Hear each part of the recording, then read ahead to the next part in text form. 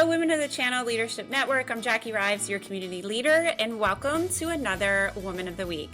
This week, I'm very excited to introduce you to Emmee Terry, Senior Manager, Global Partner Marketing for Hitachi Vantara. Thank you, Emmee, for being here with us today. Thank you for having me. I'm thrilled to be here.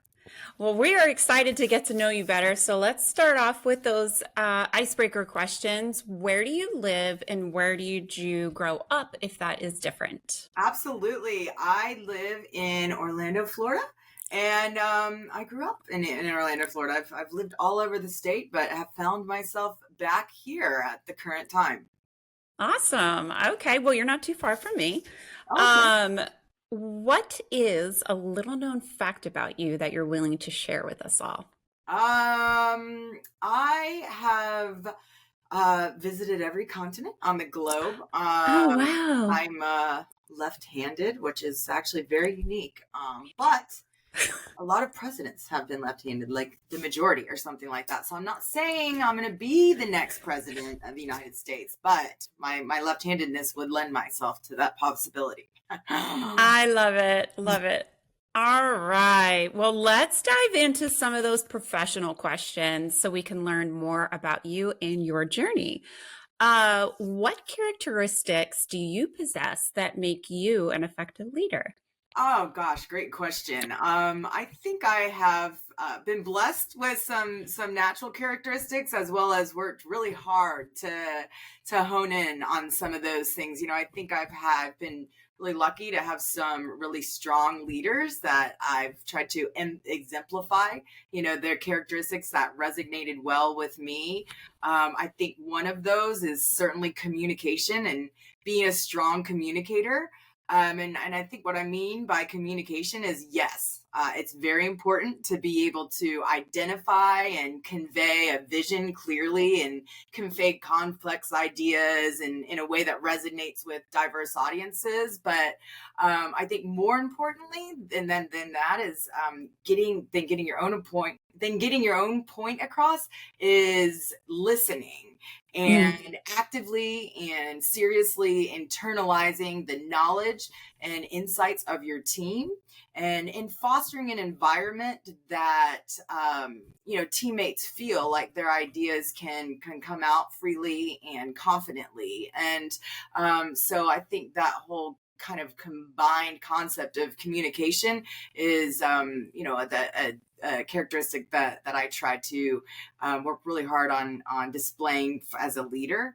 I guess kind of along those same lines, is fostering a positive and collaborative team culture is the characteristic of empathy and knowing how to read people and understanding, that each teammate has a unique set of motivators and different drivers and different skills and their own currency, if you will. And so being, empathetic in terms of being able to read the team and understanding what their currency is, what their motivator is, and how to bring the best out of them in the team environment is really what, helps us all to win and get us to the next level, get us to the next breakthrough. So I think those are a couple of the characteristics that help me to lead and inform a lot of my decision making as a leader. Yeah, I can totally relate to what you're saying, and I know that those will resonate with our listeners. I agree with you. I always love a good communications topic for, whether that be a workshop or a breakout, because I just feel like that's like the majority of the world's problems are Right, communication. exactly, absolutely. And it's a lot easier said than done, right? Definitely. All right. So have you ever questioned your abilities or qualifications? And if so, how'd you overcome that challenge? I mean, of course, I'd love to be the guy that is able to sit here and say that they haven't questioned themselves. But yes, for me, definitely. And, overcoming these challenges has been a transformative journey. But I will say that over time, I've really learned that the keys to being able to overcome that doubt and overcome those questions is the knowledge and the experience to have the confidence in knowing that through dedication, persistence, leveraging the right resources and really putting in the time, you can accomplish anything you put your mind to. It's just a matter of being dedicated to it and following the Hmm. process and leaning on the experts and knowing who the experts are, and just, wanting to do it. There's really nothing that can stand in your way. That said, I think what's kind of equally as important to recognize is that sometimes, despite our best efforts, certain paths or objectives just may not be the right ones for us. And when that happens, it's crucial to remember that there is often a reason.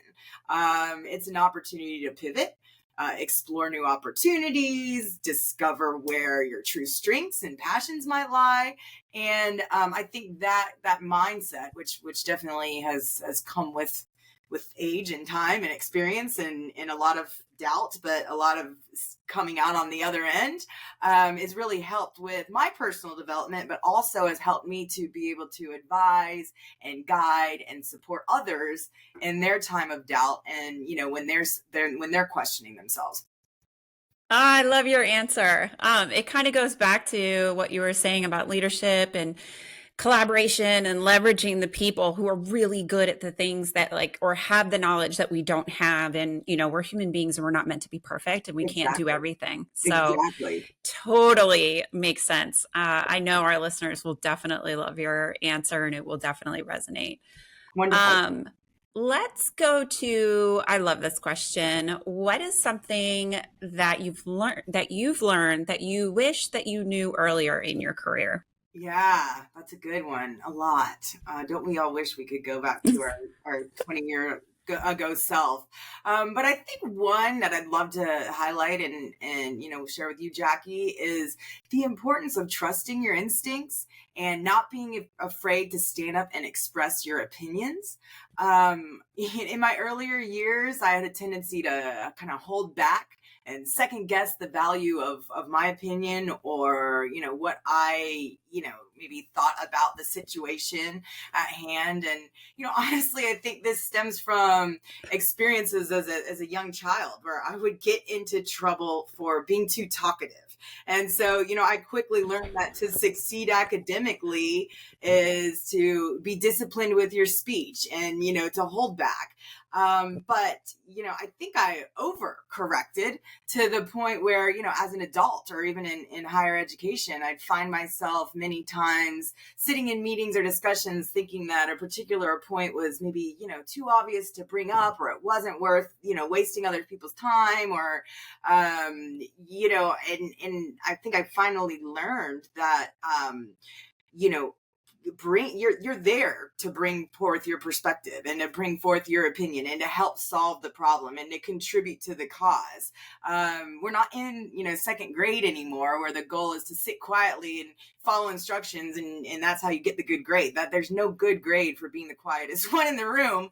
And it took me a while to realize that, and it took me some learning the hard way, where if I had spoken up, I could have saved, myself and the team and the business a lot, maybe time and maybe learning things the hard way. And I brought forth the perspective that I was, too conservative or too conscientious to take up the teams that take up the meeting time with, or take up the airspace with. So if I was able to go back to my younger self, or if I could share any advice, is to lend that perspective, speak up.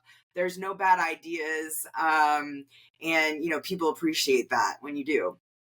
That is really good advice. And I felt like you were reading my younger self's mind right there. So I know that's going to be very helpful to others. And it was helpful to me. So thank you. Good, What a great answer. good. All right. We definitely have time for one more. So let's go with, how do you differentiate yourself? I mean, I think, some of the skills that we just talked about, being a strong communicator. I think adaptability and being able to, as we know, everything is always changing. Nothing is constant. Where no matter if you try, and again, something I learned earlier on, you can try to resist it, but it's still going to happen whether you're on the train or not. And so, always be ready to recognize that the change is there or that it's coming, and ready to adapt, ready to pivot, ready to read the situation, make decisions based on that, and then quickly rally and motivate the team to be able to adjust. And I think that kind of sets me apart from others, who, and myself at times, where, as a leader, it's like, well, let me sit here and see if this will pass and internalize, and maybe don't bring it up to the team because we don't know if it's here to stay. But why? I mean, if I'm privy to the information or the knowledge, or that things are evolving, or that we're moving a different direction, then God, so's the rest of the group, and let's go at it together.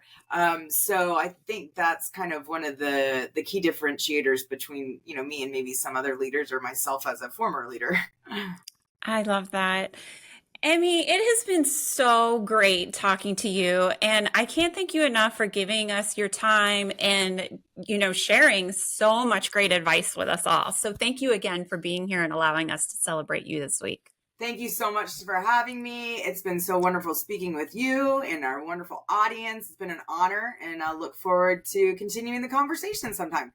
I love it. So there you had it. She even asked for it. So please feel free to comment, share your own advice. Let's keep continuing these conversations and just helping each other grow and learn.